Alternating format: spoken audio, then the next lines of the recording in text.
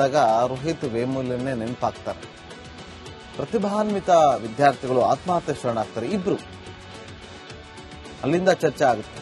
ನೋಡಿ, ನಿಮಗೆ 2012ರ UGC ನಿಯಮ ಏನ್ ಹೇಳುತ್ತೆ, 2025ರ UGC ನಿಯಮ ಏನ್ ಹೇಳುತ್ತೆ, 2026ರ UGC ನಿಯಮ ಏನ್ ಹೇಳುತ್ತೆ, ಇದೆಲ್ಲವೂ ಕೂಡ ನಿಮ್ಗೆ ಚೆನ್ನಾಗಿ ಗೊತ್ತಿದೆ. ಭಾರಿ ಬದಲಾವಣೆ ತರಲಾಗುತ್ತೆ. SC ST ಮತ್ತು OBC ಸ್ಟೂಡೆಂಟ್ಸ್ ತಾರತಮ್ಯಕ್ಕೆ ಮಣೆ ಹಾಕಲಾಗಿದೆ ಅಂತೇಳಿ ಆರೋಪ ಕೇಳಿ ಬರುತ್ತೆ. ರಕ್ಷಣಾ ವ್ಯಾಪ್ತಿಯಿಂದ ಸಾಮಾನ್ಯ ವರ್ಗದವರು ಹೊರಕಾಗ್ತಾರೆ. ಸಾಮಾನ್ಯ ವರ್ಗದವರಿಗೆ ತಾರತಮ್ಯ ಆಗೋದಿಲ್ವಾ? ಹಾಗಾದ್ರೆ ನೀವು ಅಪ್ಪರ್ ಕ್ಯಾಸ್ಟ್ ಅನ್ನು ನೋಡ್ತಾ ಇದ್ದೀರಿ, ಮತ್ತೆ OBC ಅನ್ನು ನೋಡ್ತಾ ಇದ್ದೀರಿ. ಈ ಜನರಲ್ ಕ್ಯಾಟಗರಿ ಅವರು ಏನ್ ಮಾಡಬೇಕು? ಅವ್ರಿಗೆ ತಾರತಮ್ಯ ಆಗೋದಿಲ್ವಾ? ಇವತ್ತು ಈ UGC ನಿಯಮದಿಂದಾಗಿ ಅಪ್ಪರ್ ಕಾಸ್ಟ್ ಅವರಿಗೆ ನಮಗೆ ಎಲ್ಲೋ ಒಂದ್ ಕಡೆಯಿಂದ ಹಿನ್ನಡೆ ಆಗುತ್ತೆ ಅಂತೇಳಿ ಅವರು ಹೋರಾಟವನ್ನ ಮಾಡ್ತಾರೆ. OBC ಅವರಿಗೆ ಒಂದು ಒಳ್ಳೆ ಅವಕಾಶ ಸಿಕ್ತು ಅಂತ ನಿಮ್ಗೆ ಅನಿಸ್ತಾ ಇಲ್ವಾ? ನೀವು OBC ಅವರು ಅದರ ಬಗ್ಗೆ ಗಮನ ಕೊಡ್ತಿದ್ರಿ, ಅಪ್ಪರ್ ಕಾಸ್ಟ್ ಅವರು ಅಂದ್ರೆ ಮೇಲ್ವರ್ಗದವರು ಅದರ ಬಗ್ಗೆ ಆಲೋಚನೆಯನ್ನ ಮಾಡ್ತಾರೆ. ನಮ್ಗೆ ಎಲ್ಲಿ ಹಿನ್ನಡೆ ಆಗ್ಬಿಡುತ್ತೋ, ನಮಗೆ ಸಿಗ್ಬೇಕಾಗಿರುವಂತ ಸಿಗೋದಿಲ್ವೋ ಅನ್ನುವ ಆತಂಕ ಅಂತ ಇದೆ ಅಲ್ವಾ? ಅದಕ್ಕೋಸ್ಕರ ಹೋರಾಟ ಅಲ್ವಾ? ಸಾಮಾನ್ಯ ವರ್ಗದವ್ರು ಏನ್ ಮಾಡಬೇಕು? ಅವ್ರು ಕಂಪ್ಲೇಂಟ್ ಕೊಡಂಗಿಲ್ಲ, ಕಂಪ್ಲೇಂಟ್ ಕೊಡೋದಕ್ಕೆ ಅವಕಾಶನೂ ಇಲ್ಲ. ಯಾರಾದ್ರೂ ಕಂಪ್ಲೇಂಟ್ ಕೊಟ್ರೆ, ದೂರನ್ನು ದಾಖಲಾದ್ರೆ 24 ಗಂಟೆಯಲ್ಲಿ ಸಭೆ ಸೇರ್ಬೇಕು. 15 ದಿನದಲ್ಲೇ ಪ್ರಕರಣದ ತನಿಖೆ ಮುಗಿಬೇಕು. ಹೇಗ್ ಪತ್ತೆ ಹಚ್ಚಕ್ಕಾಗತ್ತೆ? ಇವತ್ತು ಎಷ್ಟೆಷ್ಟೋ ಪ್ರಕರಣಗಳನ್ನ ವರ್ಷಾನುಗಟ್ಲೆ ತಿಂಗಳಾನುಗಟ್ಲೆ ಮಾಡ್ಕೊಂಡ್ ಬರ್ತೀರಿ. ಆಯ್ತು, ಅದು ಕಂಪ್ಲೇಂಟ್ ಸತ್ಯನ ಸುಳ್ಳು ಅನ್ನೋದು ಹೇಗೆ ಪತ್ತೆ ಹಚ್ತೀರಿ? ಇದು ಇಂಪಾರ್ಟೆಂಟ್ ಅಲ್ವಾ? ಯಾರೋ ಬಂದು ಕಂಪ್ಲೇಂಟ್ ಕೊಡ್ತಾರೆ ಅಂತಂದಾಗ ಅದನ್ನ ನೀವು ಹೇಗೆ ಪರಿಗಣನೆಗೆ ತಗೊಂತೀರಿ? ಫಸ್ಟ್ ಅದು ಸತ್ಯನ ಸುಳ್ಳು ಅದನ್ನ ಪರಿಗಣಿಸ್ಬೇಕಲ್ವಾ? ಅದಕ್ಕೆ ಟೈಮ್ ಬೇಕಲ್ವಾ? ಒಂದ್ ವೇಳೆ ತಪ್ಪಿತಸ್ಥರಂತ ಏನಾದ್ರು ಕಂಡು ಬಂದ್ರೆ ಅವ್ರನ್ನ ಅಮಾನತು ಮಾಡದಂತೆ ಪೊಲೀಸರಿಂದ ಕ್ರಮ ತಗೋದು. ಕೆಲವೊಮ್ಮೆ ತನಿಖೆ ಮಾಡದೆ ಕ್ರಮವನ್ನ ಕೈಗೊಂಡ್ರೆ ಏನ್ ಮಾಡೋದು? ಭಯ. ದುರುದ್ದೇಶದ, ನೋಡಿ ಆಗ್ಲೇ ಹೇಳಿದೆ ನಾನು, ದುರುದ್ದೇಶದಿಂದ ದೂರು ಕೊಟ್ರೆ ಯಾವ ಶಿಕ್ಷೆ ಕೂಡ ಇಲ್ಲವಂತೆ. ಈ ಸಮಿತಿಯಲ್ಲಿ ಮೀಸಲಾತಿ ವರ್ಗ ಮಹಿಳೆಯರಿಗೆ ಪ್ರಾತಿನಿಧ್ಯವನ್ನ ಕೊಡಲಾಗಿದೆ. ಇದರಿಂದ ಏಕಪಕ್ಷೀಯ ತೀರ್ಪನ್ನು ತೆಗೆದುಕೊಳ್ಳಬಹುದಂತೆ. ಹೋರಾಟದ ಬಳಿಕ ನಿಯಮ ಬದಲಿಸಿದೆ ಈಗ ಕೇಂದ್ರ ಸರ್ಕಾರ. OBC ಸ್ಟೂಡೆಂಟ್ಸ್ ಸಿಬ್ಬಂದಿಯು ಕೂಡ ರಕ್ಷಣಾ ವ್ಯಾಪ್ತಿಗೆ ಬಂದಿದ್ದಾರೆ. ಸಂಸ್ಥೆಯ ಮುಖ್ಯಸ್ಥರ ನೇತೃತ್ವದಲ್ಲಿ 10 ಸದಸ್ಯರ ಸಮಿತಿ ರಚನೆ ಆಗುತ್ತೆ.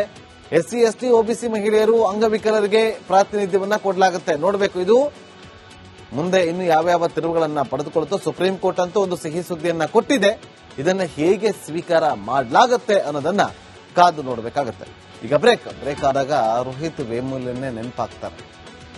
ಪ್ರತಿಭಾನ್ವಿತ ವಿದ್ಯಾರ್ಥಿಗಳು ಆತ್ಮಹತ್ಯೆ ಶರಣಾಗ್ತಾರೆ. ಇಬ್ರು ಅಲ್ಲಿಂದ ಚರ್ಚೆ ಆಗುತ್ತೆ. ನೋಡಿ, ನಿಮಗೆ 2012ರ UGC ನಿಯಮ ಏನ್ ಹೇಳುತ್ತೆ, 2025ರ UGC ನಿಯಮ ಏನ್ ಹೇಳುತ್ತೆ, 2026ರ UGC ನಿಯಮ ಏನ್ ಹೇಳುತ್ತೆ, ಇದೆಲ್ಲವೂ ಕೂಡ ನಿಮಗೆ ಚೆನ್ನಾಗಿ ಗೊತ್ತಿದೆ. ಭಾರಿ ಬದಲಾವಣೆ ತರಲಾಗುತ್ತೆ. SC ST ಮತ್ತು OBC ಸ್ಟೂಡೆಂಟ್ಸ್ ತಾರತಮ್ಯಕ್ಕೆ ಮಣೆ ಹಾಕಲಾಗಿದೆ ಅಂತೇಳಿ ಆರೋಪ ಕೇಳಿ ಬರುತ್ತೆ.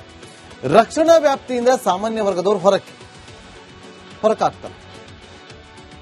ಸಾಮಾನ್ಯ ವರ್ಗದವರಿಗೆ ತಾರತಮ್ಯ ಆಗೋದಿಲ್ವಾ? ಹಾಗಾದ್ರೆ ನೀವು ಅಪ್ಪರ್ ಕ್ಯಾಸ್ಟ್ ಅನ್ನು ನೋಡ್ತಾ ಇದ್ದೀರಿ, ಮತ್ತೆ OBC ಅನ್ನು ನೋಡ್ತಾ ಇದ್ದೀರಿ.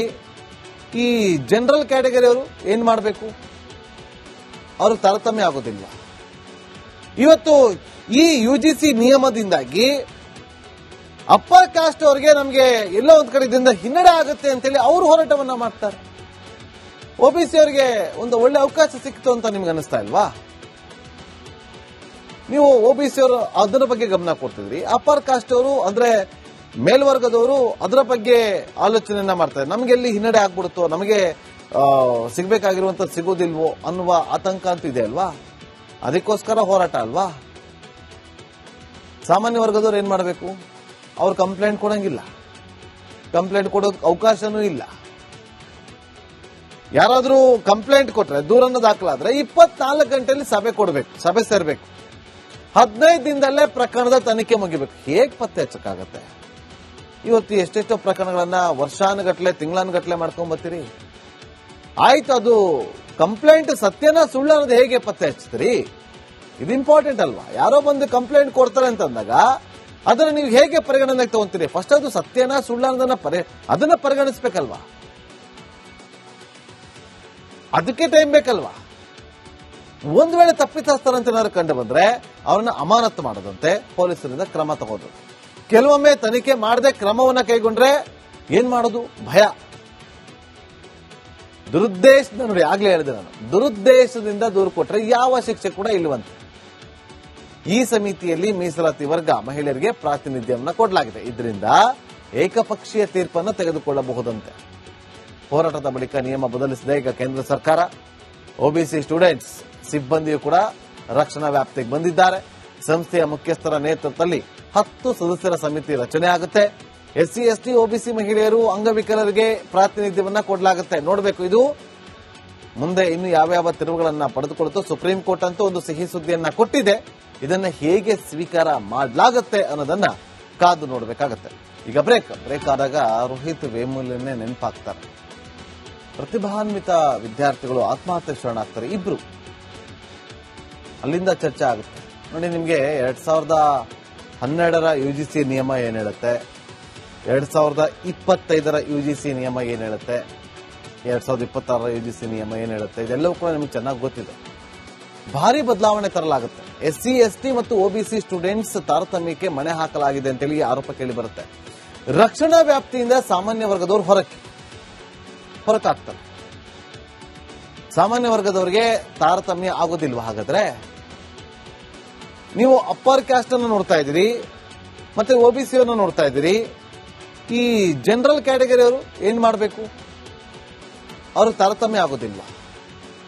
ಇವತ್ತು ಈ ಯುಜಿಸಿ ನಿಯಮದಿಂದಾಗಿ ಅಪ್ಪರ್ ಕಾಸ್ಟ್ ಅವರಿಗೆ ನಮಗೆ ಎಲ್ಲೋ ಒಂದ್ ಕಡೆ ಇದರಿಂದ ಹಿನ್ನಡೆ ಆಗುತ್ತೆ ಅಂತೇಳಿ ಅವರು ಹೋರಾಟವನ್ನ ಮಾಡ್ತಾರೆ. ಒಬಿಸಿ ಅವರಿಗೆ ಒಂದು ಒಳ್ಳೆ ಅವಕಾಶ ಸಿಕ್ತು ಅಂತ ನಿಮ್ಗೆ ಅನಿಸ್ತಾ ಇಲ್ವಾ?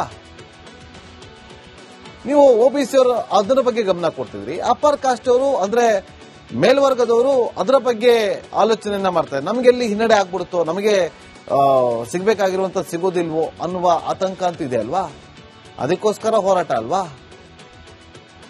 ಸಾಮಾನ್ಯ ವರ್ಗದವ್ರು ಏನ್ ಮಾಡಬೇಕು? ಅವ್ರು ಕಂಪ್ಲೇಂಟ್ ಕೊಡಂಗಿಲ್ಲ, ಕಂಪ್ಲೇಂಟ್ ಕೊಡೋಕ್ ಅವಕಾಶನೂ ಇಲ್ಲ. ಯಾರಾದ್ರೂ ಕಂಪ್ಲೇಂಟ್ ಕೊಟ್ರೆ, ದೂರನ್ನು ದಾಖಲಾದ್ರೆ 24 ಗಂಟೆಯಲ್ಲಿ ಸಭೆ ಸೇರ್ಬೇಕು. 15 ದಿನದಲ್ಲೇ ಪ್ರಕರಣದ ತನಿಖೆ ಮುಗಿಬೇಕು. ಹೇಗ್ ಪತ್ತೆ ಹಚ್ಚಕ್ಕಾಗತ್ತೆ? ಇವತ್ತು ಎಷ್ಟೆಷ್ಟೋ ಪ್ರಕರಣಗಳನ್ನ ವರ್ಷಾನುಗಟ್ಲೆ ತಿಂಗಳಾನುಗಟ್ಲೆ ಮಾಡ್ಕೊಂಡ್ ಬರ್ತೀರಿ. ಆಯ್ತು, ಅದು ಕಂಪ್ಲೇಂಟ್ ಸತ್ಯನ ಸುಳ್ಳು ಅನ್ನೋದು ಹೇಗೆ ಪತ್ತೆ ಹಚ್ತೀರಿ? ಇದು ಇಂಪಾರ್ಟೆಂಟ್ ಅಲ್ವಾ? ಯಾರೋ ಬಂದು ಕಂಪ್ಲೇಂಟ್ ಕೊಡ್ತಾರೆ ಅಂತಂದಾಗ ಅದನ್ನ ನೀವು ಹೇಗೆ ಪರಿಗಣನೆಗೆ ತಗೊಂತೀರಿ? ಫಸ್ಟ್ ಅದು ಸತ್ಯನ ಸುಳ್ಳು ಅನ್ನೋದನ್ನ ಅದನ್ನ ಪರಿಗಣಿಸ್ಬೇಕಲ್ವಾ? ಅದಕ್ಕೆ ಟೈಮ್ ಬೇಕಲ್ವಾ? ಒಂದ್ ವೇಳೆ ತಪ್ಪಿತಸ್ಥರಂತ ಏನಾದ್ರು ಕಂಡು ಬಂದ್ರೆ ಅವರನ್ನ ಅಮಾನತು ಮಾಡೋದಂತೆ, ಪೊಲೀಸರಿಂದ ಕ್ರಮ ತಗೋದು. ಕೆಲವೊಮ್ಮೆ ತನಿಖೆ ಮಾಡದೆ ಕ್ರಮವನ್ನ ಕೈಗೊಂಡ್ರೆ ಏನ್ ಮಾಡೋದು? ಭಯ. ದುರುದ್ದೇಶದ ನೋಡಿ, ಆಗ್ಲೇ ಹೇಳಿದೆ ನಾನು, ದುರುದ್ದೇಶದಿಂದ ದೂರು ಕೊಟ್ರೆ ಯಾವ ಶಿಕ್ಷೆ ಕೂಡ ಇಲ್ಲವಂತೆ. ಈ ಸಮಿತಿಯಲ್ಲಿ ಮೀಸಲಾತಿ ವರ್ಗ ಮಹಿಳೆಯರಿಗೆ ಪ್ರಾತಿನಿಧ್ಯವನ್ನ ಕೊಡಲಾಗಿದೆ. ಇದರಿಂದ ಏಕಪಕ್ಷೀಯ ತೀರ್ಪನ್ನು ತೆಗೆದುಕೊಳ್ಳಬಹುದಂತೆ. ಹೋರಾಟದ ಬಳಿಕ ನಿಯಮ ಬದಲಿಸಿದೆ ಈಗ ಕೇಂದ್ರ ಸರ್ಕಾರ. ಒಬಿಸಿ ಸ್ಟೂಡೆಂಟ್ಸ್ ಸಿಬ್ಬಂದಿಯು ಕೂಡ ರಕ್ಷಣಾ ವ್ಯಾಪ್ತಿಗೆ ಬಂದಿದ್ದಾರೆ. ಸಂಸ್ಥೆಯ ಮುಖ್ಯಸ್ಥರ ನೇತೃತ್ವದಲ್ಲಿ 10 ಸದಸ್ಯರ ಸಮಿತಿ ರಚನೆ ಆಗುತ್ತೆ. ಎಸ್ಸಿ ಎಸ್ಟಿ ಒಬಿಸಿ ಮಹಿಳೆಯರು ಅಂಗವಿಕಲರಿಗೆ ಪ್ರಾತಿನಿಧ್ಯವನ್ನ ಕೊಡಲಾಗುತ್ತೆ. ನೋಡಬೇಕು ಇದು ಮುಂದೆ ಇನ್ನು ಯಾವ್ಯಾವ ತಿರುವುಗಳನ್ನ ಪಡೆದುಕೊಳ್ಳುತ್ತೋ. ಸುಪ್ರೀಂ ಕೋರ್ಟ್ ಅಂತೂ ಒಂದು ಸಿಹಿ ಸುದ್ದಿಯನ್ನ ಕೊಟ್ಟಿದೆ. ಇದನ್ನ ಹೇಗೆ ಸ್ವೀಕಾರ ಮಾಡಲಾಗುತ್ತೆ ಅನ್ನೋದನ್ನ ಕಾದು ನೋಡಬೇಕಾಗತ್ತೆ. ಈಗ ಬ್ರೇಕ್